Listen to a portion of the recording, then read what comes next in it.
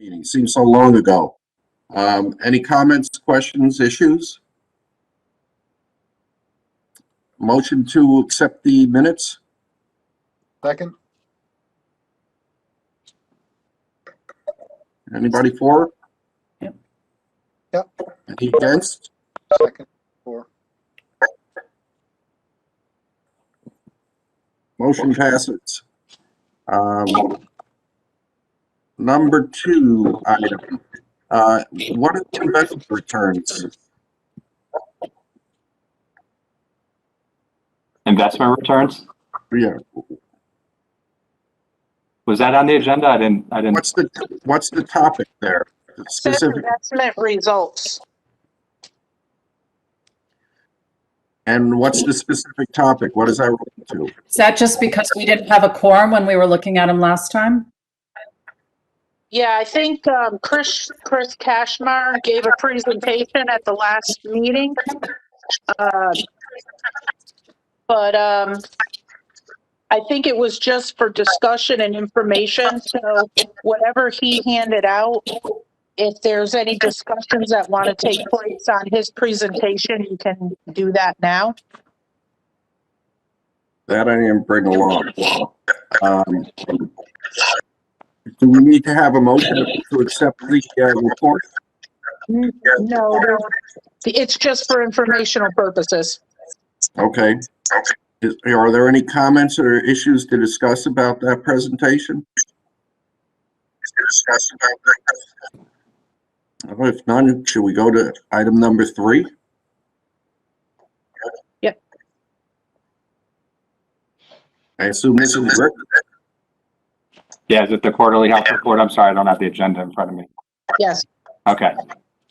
So I emailed that out to the group earlier today, and if you go down to the bottom there, you can see that through the 3 quarters of the year through March of 21, we're trending, continue to trend in a very positive direction from a claims experience standpoint. So we're down about 2% over last year, which is good news. We'll hopefully continue to see that trend as we finish up the fiscal year and ideally have a positive result for the risk management fund, which would be outstanding. We did, I think Kathy had asked, or a member of the board had asked if we could see our claims based on a per employee manner. And you could see down at the bottom there, through March of 21, we're at about $19,000 per employee per year, down a little bit from last year at $20,000. That's about a 5% decrease. That's a 5% decrease on it. Per, so the employee count is down. Yeah, but not a whole lot. So it's down. Or rather, it's up rather. Yeah, it's up. It's only up 3 employees overall. Let's see if we're looking at this right. We're at 2389, 2386, 2391. 4 years ago, we were at 2399. So we've been pretty consistent in that upper 2300 level. So it hasn't changed a whole lot. Really even going back further than the last 5-6 years. So, and we're projecting that for the upcoming fiscal year as well. Is that pretty consistent with what various insured, self-insureds are seeing, that there's a decrease in health insurance costs? It's it's unusual. Yeah, no, we should be seeing about a 6 or a 7% increase. That's essentially national healthcare trend right now. Our retiree healthcare claims have been very good, very positive. They've been down overall this fiscal year. So that's helped out quite a bit. I assume that the COVID closures contribute a bit to that. A lot of people are not treating. Yeah, I would think so. That should be turning now. Yeah. But we are, and we'll talk a little bit about this when we talk through the budget. So I can't talk about it too much. But as we have discussed in the past, we moved the school employees over to the state partnership plan. And we're now moving, the town unions ratified last week to accept that move as well. But we need the town council now to ratify those changes. So we would move all of our town employees, with the exception of the firefighters, into the state partnership plan, which will enjoy some further savings by making that move. So back in 2019, this when we moved the school employees over, for the 2020 renewal, we saw a 0% increase in our renewal.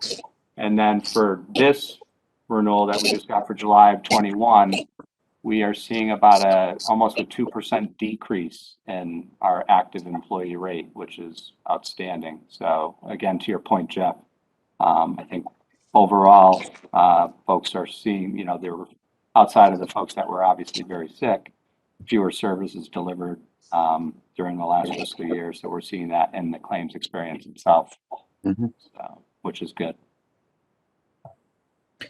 You'll probably see some pickup now. Yeah.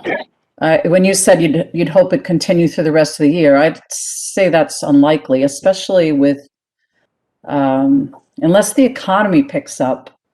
But with people being at the end of COBRA, et cetera, folks, I don't know if you'll see that here. Have there been any layoffs in this population? So we haven't, no, we did have layoffs. We had a large number of layoffs during the pandemic, but they were all part-time employees who weren't eligible for benefits. Okay. So our COBRA liabilities, very, very small. Okay. Yeah. That's good then. Yeah. But you're right, you can see March, we had an uptick. We had 4 million back in February, January, 3.7 in February, back up to 4.1 in March. So, well, there's aberrations up and down throughout, not huge ones, but yeah. I mean, you'll see that kind of fluctuation. Plus, I don't remember the benefit design. Is it a deductible or a copay plan? So it's a combination of both. So all of our school employees are in a straight PPO, and then our firefighters are in a high deductible health plan with a $2,000, $4,000 deductible, and our new police officers were in that same plan as well as, and it was open to everybody. So we did have about 120 people in that high deductible health plan. So it's a combination of a couple different plans. And when you said straight PPO, it's probably still got a deductible, just not as high, maybe 500 No, or so something. it is a straight copay, no deductible. Oh. Yeah. Okay. Well, as you have a higher percentage of people in the deductible plans, you're going to see skewing also towards the end of the year. As people hit their deductibles, they're going to go ahead and use more. So so pattern shift. One of the benefits of the state partnership plan that we're, hoping to see those rates or that experience when we're in that plan continue as it's been for the last couple of years. It's the Health Enhancement Program, which is a wellness plan. So it requires everyone to get obviously preventive annual visits, colonoscopies at certain ages. All the cancer screening requirements at certain ages. Folks that have certain conditions will be required to participate in an education program and meet with a counselor if they have heart disease or diabetes, things like that. If folks don't adhere to the Health Enhancement Program annually, then they'll be subject to their own deductible, separate of all the copay structures that are in the plan, as well as a higher premium.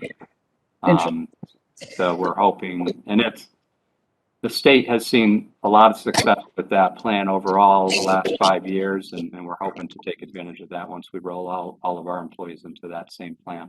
I mean, it may sound a little bit heretical, but generally speaking, that preventive stuff is good long-term for the employers because it helps catch things quicker, but it doesn't keep medical costs down. In fact, as you find things sooner, there's more work to do. So, and if you find things sooner, you're more likely to be able to keep people healthy, which of course is a good thing overall, but from a medical cost point of view, I know it sounds horrible, it just makes for more medical cost. Because if people don't, live along and then all of a sudden find out they're really sick and die, then your medical costs stay lower. So it's a good thing to do, but it doesn't necessarily keep medical costs lower.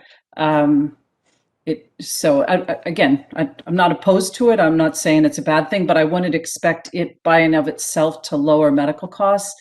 It tends to maybe attract people into the plans, so you get a younger mix of the population sometimes if it's offered that way.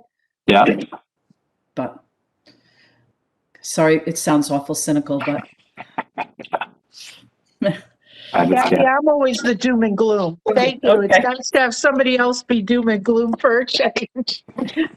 well, happy to share it. Any other discussion? Thank you for putting the per employee in there. That's helpful to watch the trends that way. Oh, you're welcome. Yeah, the patterns are really very benign compared to where they were years ago. I'm really surprised. It looks very good. Yeah. Well, we'll take it while it lasts. Yeah, I mean, I think you'd expect that you wouldn't see much of a premium increase because there's some experience rating, and last year would have been so good for any of these programs, whether it's insured or self-insured, whatever. It would have been, horrible for the US and all the horrible pandemic stuff, but from a pure medical insurance, health insurance, the results would have been good. But you'd expect then that as you round that cycle, you're going to see pretty substantial trend increases as people start to take care of things that had been left aside, right? Some are discretionary, like getting your knees done or your hip or whatever, and some are just people delaying care for things like you mentioned, heart disease, etc. So, if we had a crystal ball, it's tricky, but I would say the odds are more towards having a much higher trend as you go into 22 than what we saw coming here. Yeah. Especially if people come out and party a lot after being in the house for a year.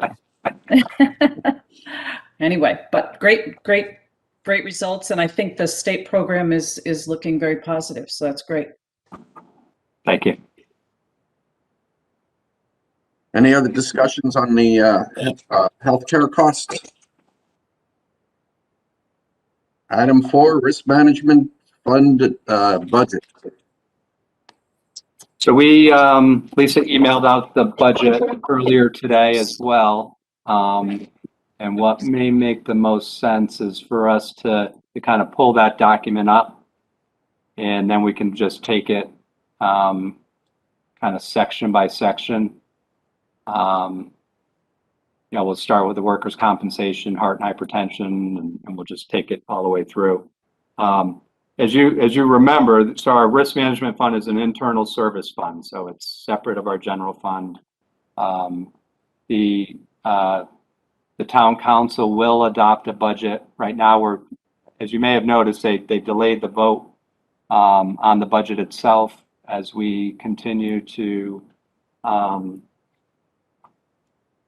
determine what the American Recovery Funds are going to, what that money can be used for, and how the council and administration can use those funds to offset potential increases next year, or look at different things with the use of that money, both on the school side and on the council side. So the vote generally would take place in April, the last meeting in April, and that's been pushed off until May.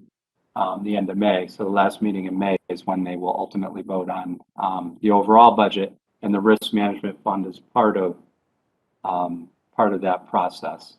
And the council will vote to put a predetermined amount of money into the risk management fund to cover our costs and expenses related to risk management, workers' compensation, heart and hypertension, our self-insured program, our insured program, and of course our health insurance plan as well. And then gains and losses are spread out over a predetermined amount of years as well. So we put $26 million in and we only expend $25 million, you have a $1 million surplus. And vice versa, if you were to put 26 in and, you know, we had 27 or $28 million in expenses, you kind of write those losses over, spread that out over 5 years and taking the hit, instead of taking the hit all in 1 year. So, Lisa, you want to kind of walk us through that first part, the workers' compensation, heart and hypertension? Sure. The workers' comp piece, the way it looks right now, last year, under workers' comp claim payments, and as you look through the line items here, I'll just walk you through real quick. Other professional services, there's if we have to hire a specialist or like we had an OSHA 5-day inspection come in, that money's there for safety services or other related services for workers' comp claims. The claims administration expense is what we pay the third-party administrator for their fees. You're not getting an increase? You're not getting an increase this year? No, we have a 3-year contract with a 2-year option for PMA, and we'll be starting year 2 of that 3-year. The insurance services is our actuarial fees and other insurance fees that may come up. The workers' comp assessments are the state of Connecticut assessments based on what we actually paid out in claims. We get an assessment and an administrative charge. That's the second injury fund? Yep, basically that's what that feeds, is the second injury fund. So excess insurance is our excess insurance premiums. And on that one, you're not seeing an increase? Yeah, I put in a 3.5% increase for next year. We went from 250,000 was our actual cost last year, up to I put in for 260. From what I hear, we are looking at moving our workers' comp excess from Safety National to Midwest. Safety National is across the board increasing the SIR, the self-insured retention, to $750 for all police and firefighter claims. And a lot of that is what we had discussed earlier, is the cancer presumptive benefits, as well as police officer and firefighter PTSD claims.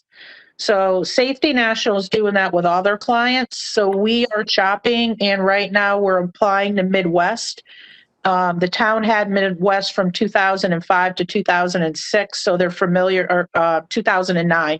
So they're familiar with us, and they're not requiring that, and they will honor our 600,000 retention. So we are looking to keep that. Well, that's surprising. Well, first of all, safety is pushing every public sector client up in both deductible and price. Right. And Midwest has always been priced higher than them. So it's interesting to see what is happening there. But you know, if you told me you paid $250 this year, I would have guessed you would have been at $280 or $300 next year. I talked to the broker USI, and they think that the most we're going to see is a 3%, and I always try to go a little higher. So she thinks we're right in line. So hopefully that stays. And Midwest hasn't really gotten back to us. I've submitted all the insurance renewal information, so I'm just waiting to hear now. The next line is workers' comp claim payments. You'll see under fiscal year estimated, you'll see $1,950,000. That's going to come in about $2,300,000 when we're done. So I think we're going to be right on line with what was adopted. We had a few larger claims settle recently. So we are going to be closer to the 2.3 million, somewhere in that ballpark. But again, we got rid of a few large claims. We had one very large claim that just continued to happen year after year after year. He is now gone. So hopefully I put a flat budget from last year to this year. We have John Stewart now in-house who's handling our claims. So I think him being in-house and his expertise is also going to help us better manage our claims. So I'm rolling the dice on the comp. So that's that's basically the workers' comp section, if anyone has any questions on that section. Well, I suspect that in the last year you had a reduction in number of claims, so that would help you on the payment side if you didn't have the claims existing to begin with. We don't typically, well, last year we did have a reduction in claims because of people being home and due to COVID. So last year is going to kind of skew numbers, I think, going forward. But that's a big piece of your claim payments. Yeah, but our overall claims for the prior 2 years have been down.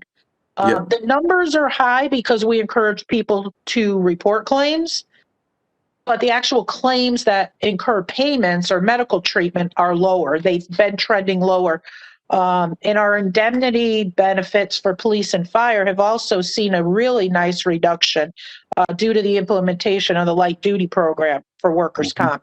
So I'm tracking data for the police chief and fire chief so that they can see the benefit of having that light duty program and the financial impact on that indemnity line item.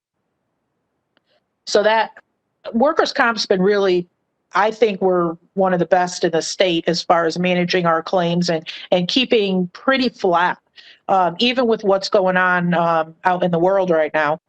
So hopefully that continues. Piggybacking on that is the heart and hypertension. Same thing. We have some medical services. When you see the medical services line item for $10,000, that's all the pre-employment respirator clearance exams and fit for duty exams that we need to perform for the police and the fire department. And that's where those pre-employment numbers are out of that $10,000. And because we have a few vacancies, both on the police and fire, I increased that line item because sometimes we'll hire people and they only last 6 months or a year, and then we got to fill that position again, which means another repeat exam. So I know we have a few retirees coming up that are going to be retiring, and we're going to have to fill those positions on the back end. So that's why that line item went up. Claims administration expense, we just have $1,000 there because at times there may be something that comes up. We may have to have a specialist on a heart and hypertension claim, or if it's a neutral opinion, it's not part of a actual claim payment. We have that in there. We may have to do surveillance and we don't want it in the claim file, so we can throw it up there. The insurance administrator, insurance services, that is part of the actuarial analysis for the piece for heart and hypertension. And then the H&H normal cost claims expense, that's the actual claim payments. Now, we had a $75,000 payment that is due to a retired firefighter who we had a heart and hypertension claim. We fought it. We lost. We appealed. We won on the appeal. No, we won the claim, lost the appeal. And we were going to take it to Superior Court, and we were able to negotiate a settlement. So we paid him $25,000 in this prior existing fiscal year. July 1st, I have to pay him his remaining $75,000. That's the reason for the jump there of $20,000. But our claims are so low that we'll be able to absorb the remainder of that amount in the claims payment without any issues. Sadly, you're starting to see legal expense. What's that? Is the legal expense in there as well? The legal expense has already been paid. This is a final payment to him for the settlement. But the legal would fit on that line. The legal is in the payment of the fiscal year 21 in that 180. All the legal expenses are in that 180. It's on that line, though. It belongs on Yeah. that line. Yeah. Absolutely. Okay. Anything related to payment of that H&H claim is in that line item. Sadly, a lot of our heart and hypertension claimants are getting up there in age, and we're averaging about 1 to 2 a year that we're losing. So as we lose those people, we're able to take them off the recurring medical expense for their maintenance meds, their annual exams, their nuclear stress tests. So a lot of those big expenses are starting to go away now. So eventually you're going to see that line item, I believe, shrink up a bit. I over the next- I do that for 7 cities and towns in the state, and every one of them went down last year. Yeah. So, So that's the H&H. We can jump to the self-insured section. Other professional services, I took it down a little bit because it seems in the past we don't usually absorb that entire amount. So, you know, if I could save a little bit in the budget here and there, that's one of the areas that I thought we could save a little bit. Software maintenance, we're not typically using that. I brought that line item down $1,500. The claims administration expense, the $52,000, that's the fees for PMA to administer the self-insured retention plan. And again, we're locked in for 3 years. We have an option for 2 with a slight increase, not much, probably like 4 or 5,000 in that one line item. Insurance services, again, that is where my brain just went fried on me. Our actuarial, the Yeah. actuarial is in there, as well as there's another insurance service on the SIR side that I'm drawing a blank. But regardless, it's not a high increase at all. Where you're going to see an increase here is the auto physical. If you look at the adopted budget under fiscal year 21, it was 87,000. I bumped it up to 130,000. The cost of vehicle maintenance, especially the cost to replace cruisers, has gone through the roof. Your average police cruiser is between $35,000 and $45,000 now that we're driving the Durangos. So my budget pretty much got wiped out this year with 2 accidents, taking out 2 cruisers, let alone all the police, I mean, the fire apparatus and the DPW trucks. So what I did was I bumped that line item up to include $35,000 per year for 2 cruisers. So that's the reason for that increase. We've talked about a few things. We've talked about a deductible plan where the department would have to pay back risk management, a certain deductible like you would have with your own auto insurance. We're also talking about risk only paying for the actual cash value and the department absorbing the replacement cost value. So if, in other words, if you trashed a cruiser and the value is only $5,000, that's what risk will pay. And if the cruiser costs $35,000, department's going to have to absorb that $30,000, just like you would if you're, you know, at your own automobile insurance. it doesn't affect the town bottom line when you combine all of the areas then. Right, but it's the risk budget that, you know, it makes them more accountable. Right. Because the only way to kind of hit them in the pocket, otherwise it's, you know, it's Mama Bear is going to, you know, risk is going to pay for it. So, you know, it doesn't matter if we trash 5 cruisers, you know, but my job is, you know, to be responsible for this budget and where we come in and have to explain if we're over. One of my clients has a lot of auto phys dam claims from the cops backing into spots so that they get the quick escape if they need to. They back too far, they wipe out some sensors or cameras in the back. You have a $3,000 claim instantly. Well, you know, and like the fire department will leave the cabinet doors open on the fire trucks, but they have bells and whistles in the cabinet, tell them it's open, and they drive through the fire bay and take the door off the bay garage as well as the apparatus. So, you know, $11,000 later for one door. Mm-hmm. So, you know, there has to be accountability and there has to be ownership. You know, I've pondered an accident review committee that sits and does reviews now of every accident. And are they avoidable? Are they preventable? What happened?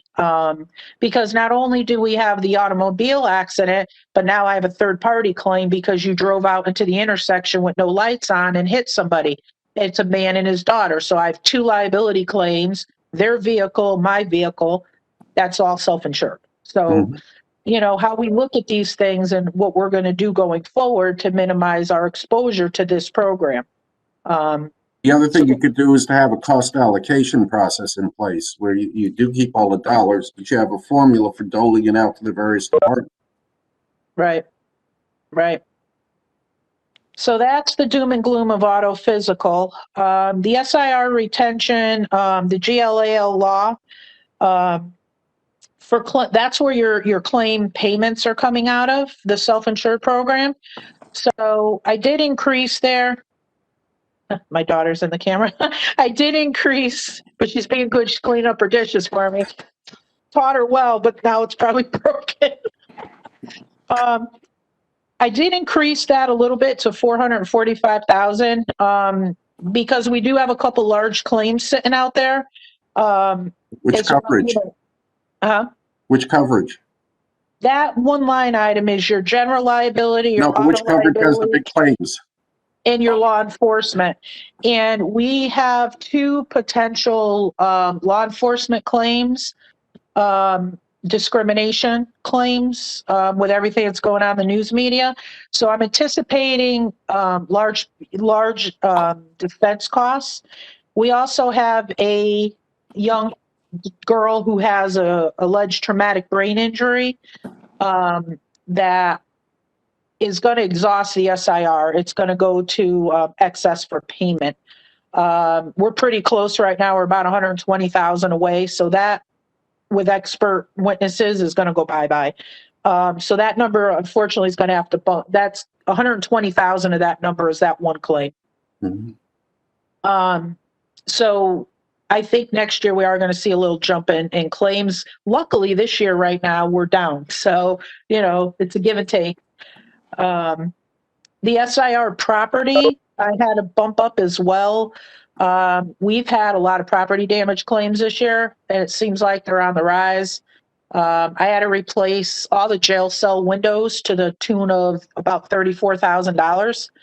I'm trying to subrogate against the product manufacturer. They were using this decon for COVID, and it was safe for windows. Well, they used it on the jail cell windows, but there's an actual membrane of plastic within the glass to make it smash proof, and it reacted with the chemical and created heat, and it caused all these little splinters and cracks throughout the jail cell windows. Well, obviously we can't have that, so we had to replace the jail cell windows, and it was pretty expensive. So that hit that budget pretty hard this year. Storm Isaias, we had a little bit of storm damage there, not enough to make a claim under the property deductible. So again, we had some exposure and payments under the property there. Public officials has kind of remained somewhat flat. I only put $10,000 more there. We haven't really had a public officials claim in a little bit, which is great. So hopefully this year everybody behaves and we won't need to increase that line item. You never have zoning claims of any kind, huh?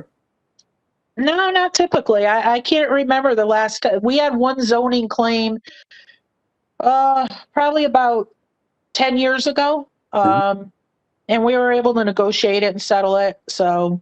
And no employment claims?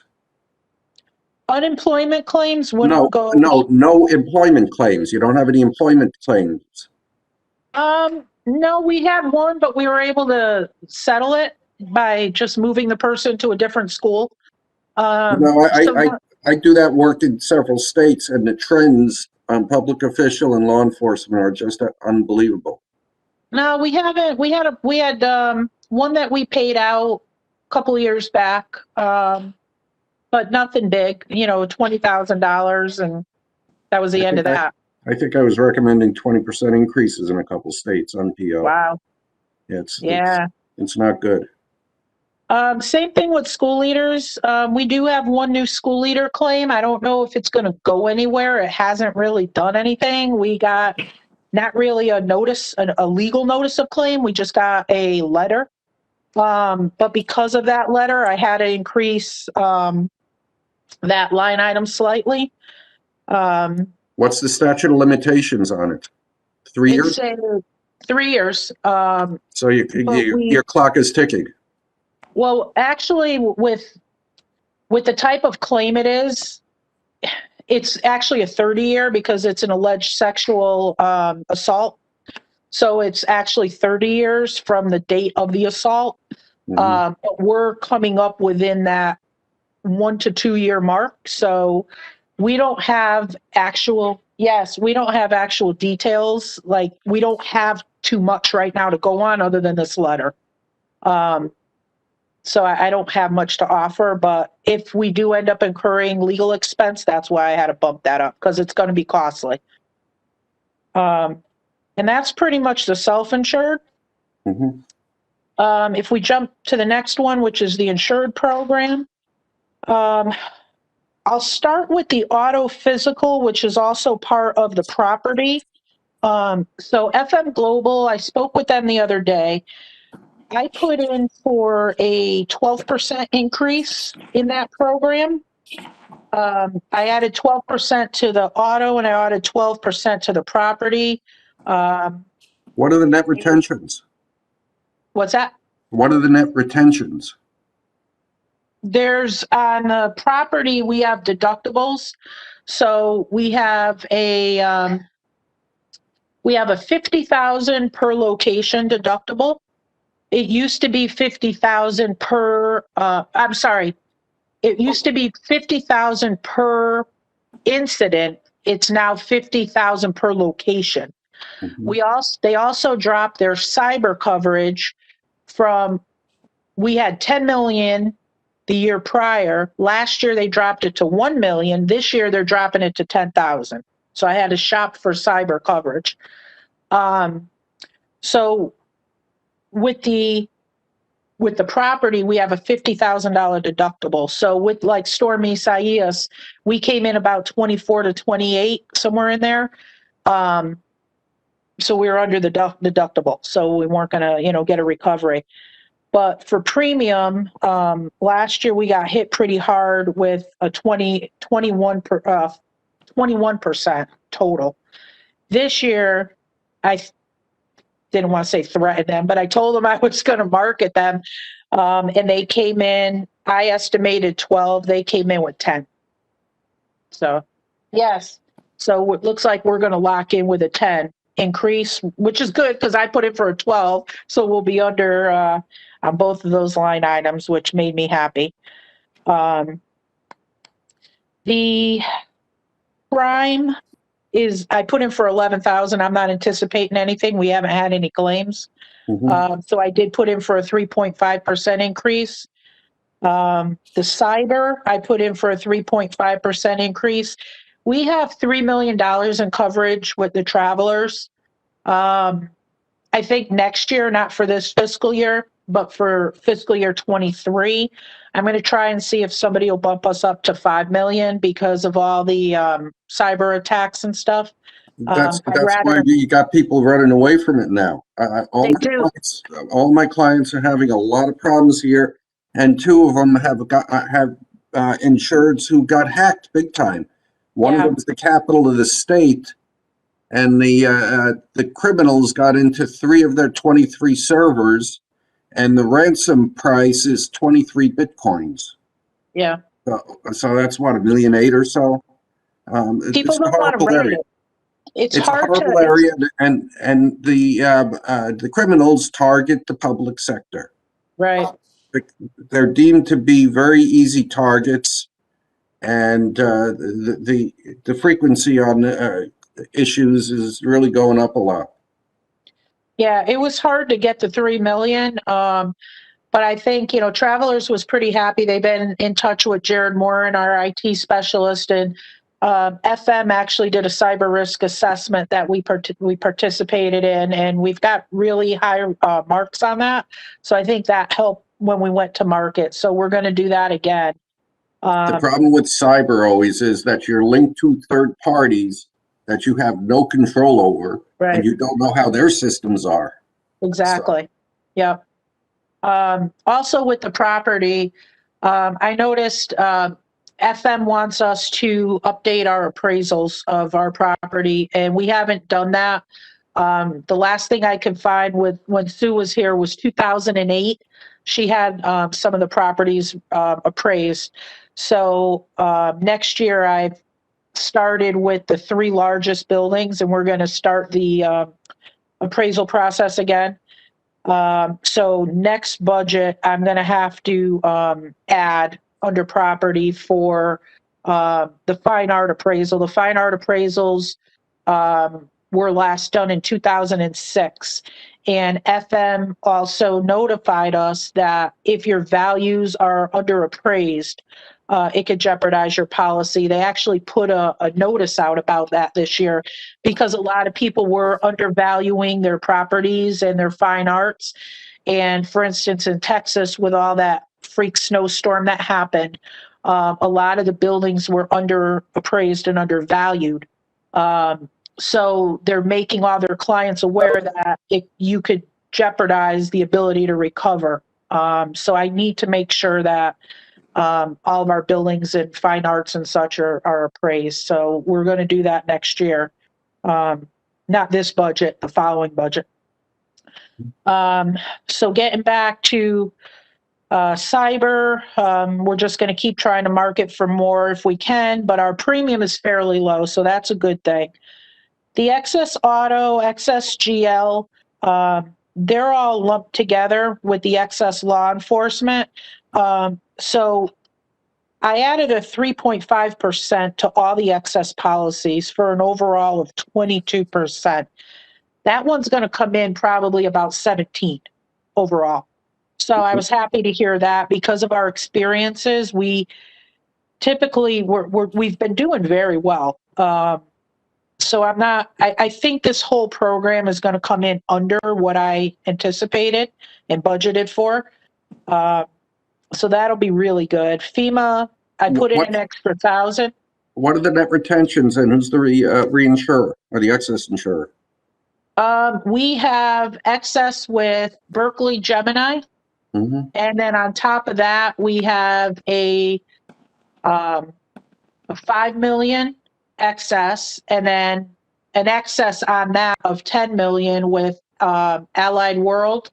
Mm-hmm. And then on top of that, we have alternative markets. So we have a 5, a 10, and a 5. And what's the net retention down at the bottom?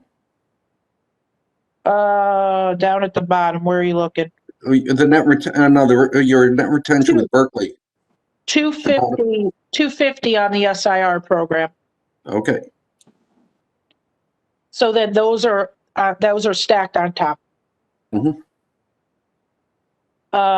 Once we get all of our policies in, I'll be updating that policy schedule and chart so you can see the coverages and what the retentions are and the stacking. Okay. FEMA, I added $1,000 to FEMA. We haven't had any flood claims, but it doesn't mean that Beachland Park or Fern Park can't get flooded. And if they do, we have coverage through FEMA under those 2 properties. The mighty Trout Brook. Yeah. I spoke to FM Global about membership credits. I told them how I wasn't happy we haven't gotten one in so long. I needed to at least get one before I retire to make it look good. So they said that they may be implementing membership credits again next year. That's one of the things they really want to start giving back to their clients. So hopefully they'll keep their promise and give me a membership credit back.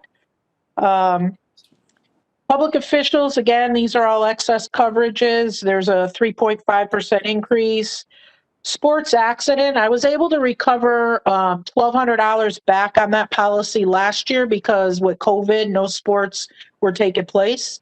So we did get a nice little credit back on that policy, as well as our travel. We have a foreign travel policy that we buy, and we were able to cancel that whole policy last year. So I got a $7,400 credit back since COVID, we couldn't travel.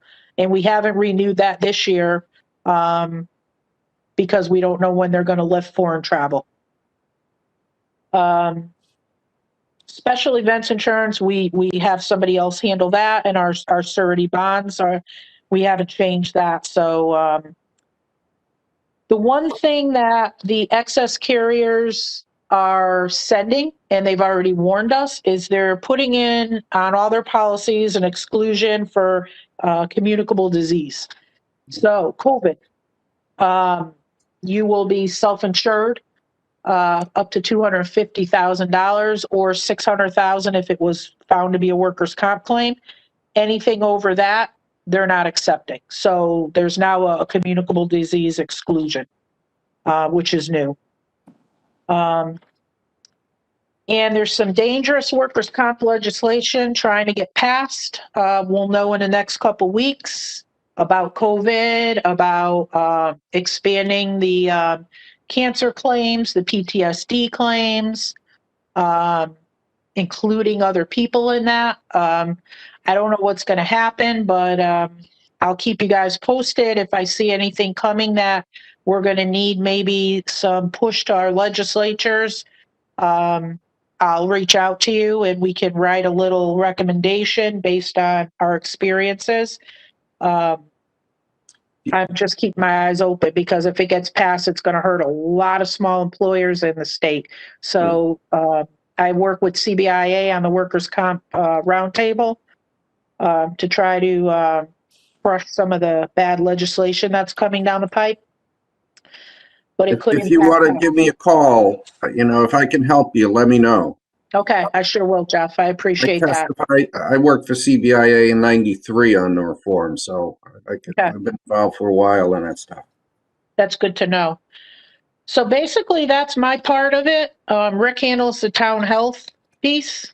So if Rick is ready, he can jump in on that. Does anyone have any questions on any of my info? No? All right, thanks, Lisa. Okay. So in the health section, why don't we go about halfway through? You can go down to line 2387 is our dental claims. Looking at we're still seeing, lower claim amounts in our dental. We're self-insured with Delta Dental. When we're in the middle of the pandemic, obviously, no one was going to the dentist. And we're starting to see it come back to normal. That's why I put that, 3% increase to get back to, normal dental trend at 225,000. But we're still not quite there yet. Last month we were at 20,000. But the previous 2 to 3 months we were at, 10,000 a month in dental claims. So it's still down a little bit, but I do expect things to come back to normal for next year. Go to the next, I'll highlight a few things as we move down. 2388 is our health claim expense. If you go all the way over to the right, you can see we're increasing from, essentially 6.8 million up to 8.9 million, but that's not a real increase. So as I said, we're moving everyone over to the state partnership plan. And with that plan, it's a self-insured plan. The state is technically self-insured, but we pay them a monthly premium. And so for all intents and purposes, for us, it's a fully insured rate that we'll send them. We won't, if we have a great year, we don't, if the state makes out. If we have a bad year, we would technically make out. So we're not balance billed or, we're not hit with any kind of bill at the end of the year to offset any kind of deficit that we may have built up. So because of that, you'll notice the health program administration, if you go down 2 lines to 2391, you can see that number drops from 595 down to 195. So we're no longer having to pay a third-party administrator for those folks that move the state partnership plan. And then the prescription benefits, which you could see was at 1.5 million last year. Now all of that goes into that rate as well. So that's, instead of paying CVS Caremark on a self-insured basis, we're now paying the state a combination of those funds. But hey, Rick, would the state in the future increase rates based on our experience then? No, so it will be based on the experience of the entire group, Bob. Okay. So it'll be all of the participants in the state partnership plan as well as the state's experience as well. Okay. So that will be something we'll move with the group but we're in a much larger group now, which I think is a good thing. So hopefully we'll see, much smaller, smoother type of increases year to year, being in a much larger group Okay. at that So size. what's the net increase there, Rick, when you collapse the 21 pieces? So the other, Yeah, go ahead. yeah, so the collapsed is, I think it's about even, Kathy. So there's no 760. real increase going from year to year. So you get the 595 down to those 400 there, and then it's almost 2 million there. Like about 3%. Yeah, Yeah. it's about 3. Okay. Just a little above the Fed's target. 2.7. Yeah. Okay. And then your retiree stuff is flat, so that's actually keeping the overall increase quite low compared to what you'd expect on an annual basis, right? Yeah, retiree health claims has been outstanding. And then the stop loss goes down 200,000 as well. But the So if you go down to 2457, so we used to carve out our stop loss on its own, and now that goes away because we're paying the state. Okay, so that gets you closer to flat. I gotcha. On the retiree health, is that a reduction in covered retirees, or is that? No, our experience has been outstanding, and then what we're going to be doing is potentially rolling existing retirees into the state partnership plan. Their retiree healthcare rate is about half of ours, but we can't mandate that they go. But we do think, that the rate is so, significantly better than what our rate is that we're hoping we're going to lose folks into that plan and mitigate our cost increases on the retiree health as well. Okay. And then if you go down to 2520 normal retirement, so this is the amount. So this amount goes up $400,000 a year, and this is the amount that the town council commits to our retiree health reserve fund. So our retiree health claims are paid entirely out of that fund that Chris Cashmar talks about, the assets. Yep. So the council's been committed to increasing that dollar amount by $400,000 every year. And it's built into our budget again this year, which is. Does that keep us at least up to pace with how much the payments are? It does, and it's actually more than our payments. So we're building up. Again, it's not enough. It's not enough, but it's adding to our overall assets. What percentage? Going the other way. Yeah. What, Kathy? I just said it's better than going the other way. It's not a lot. It's better than going the other way. What percent accrued are we about? 28-ish?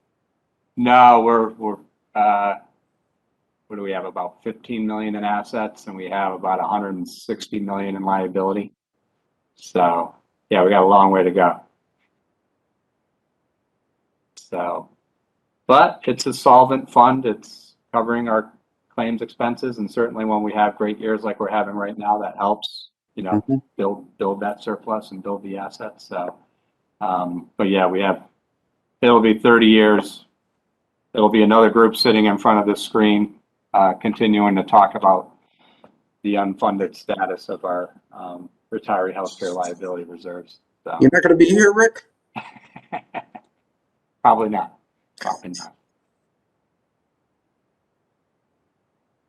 So that summarizes the healthcare piece of it. And overall, it's probably one of our stronger risk management budgets overall in the last several years. I think overall we're looking at maybe about a 1% increase overall when you combine everything. So a good year. We needed it. And hopefully the council will adopt an overall budget later in May that'll include our risk management fund. Happy to answer any other questions that the board had.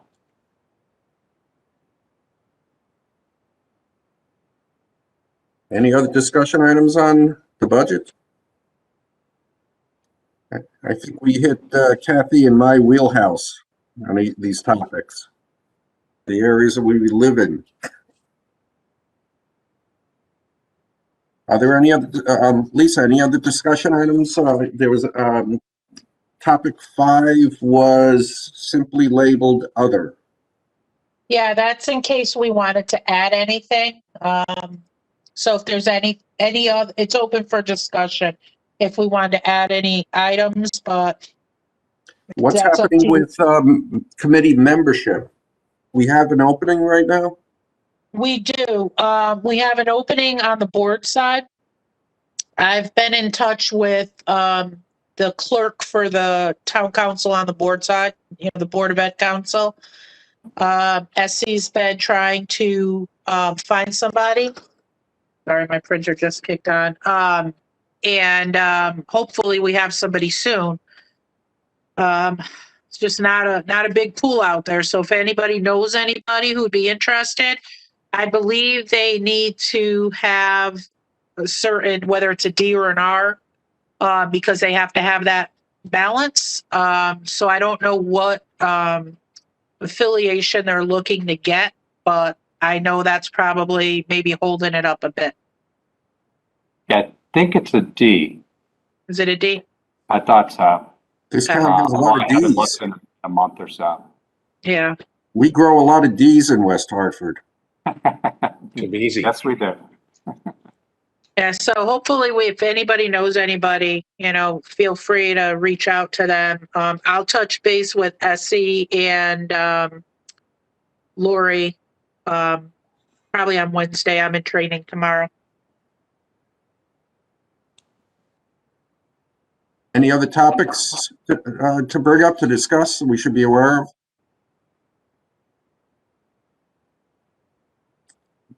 Nothing? Nope. So, Nope. time to adjourn. Do we have a motion to adjourn? So moved.